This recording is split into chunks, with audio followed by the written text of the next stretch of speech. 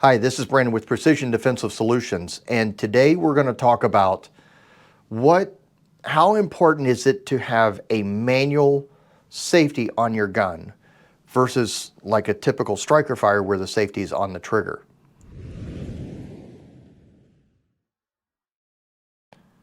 Well, personally, I think a manual safety on a defensive handgun is a real hindrance. One, it's one more thing that you have to do in the draw process. It's one more thing you have to remember to do and train to a unconscious competency, which takes a lot of repetition. And I'm telling you, it takes a lot of repetition to be able to draw the gun and disengage that safety in the process of presenting the gun. If you're not training it to that level, then it's a real hindrance. And it's really important that you take that into consideration. Now, there's guns that have manual thumb safeties. There are guns that have decockers because they're double single action. And there are guns that have the double single action and a safety, like the Beretta 92F, or even some of the HK pistols that are double single action with a decocker. They also have a safety. I don't have problems with guns that are double single action as long as you can shoot the double action and the single action equally as well.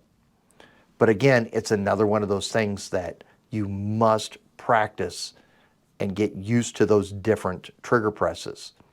But I still have a problem with those manual safeties on defensive handguns.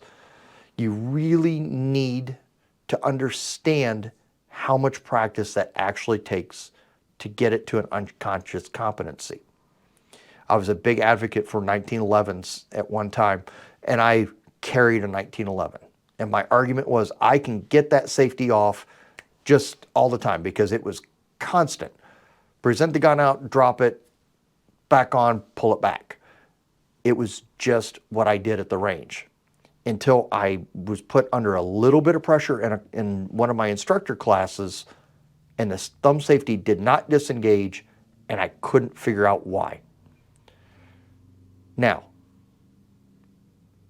in my own mind, I thought I had trained it to an unconscious competency. In reality, I hadn't. So how do we find that gap? We work it. And we work it under pressure, in a class, under time standards, and see where the wheels fall off.